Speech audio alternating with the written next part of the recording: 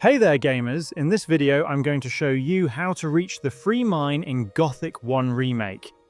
The free mine is an area in the colony where you can mine ore and explore the mining caves to gather useful materials for your journey. If we start from the entrance of the new camp, what I want you to do is follow the path I'm taking. It's a bit of a long journey, but it's worth it since the free mine is also where you can get an unlimited supply of ore. It's also the place where you can obtain one of the best early game armor and accessory, which can help unlock access to the tavern as well.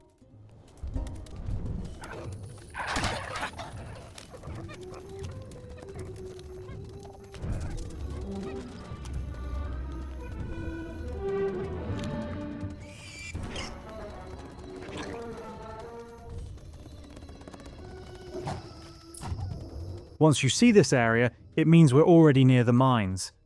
Be sure to explore the area thoroughly once you arrive, as there are several useful resources and opportunities in and around the free mine that can help you progress much faster. And that's how to reach the free mine in Gothic 1 Remake.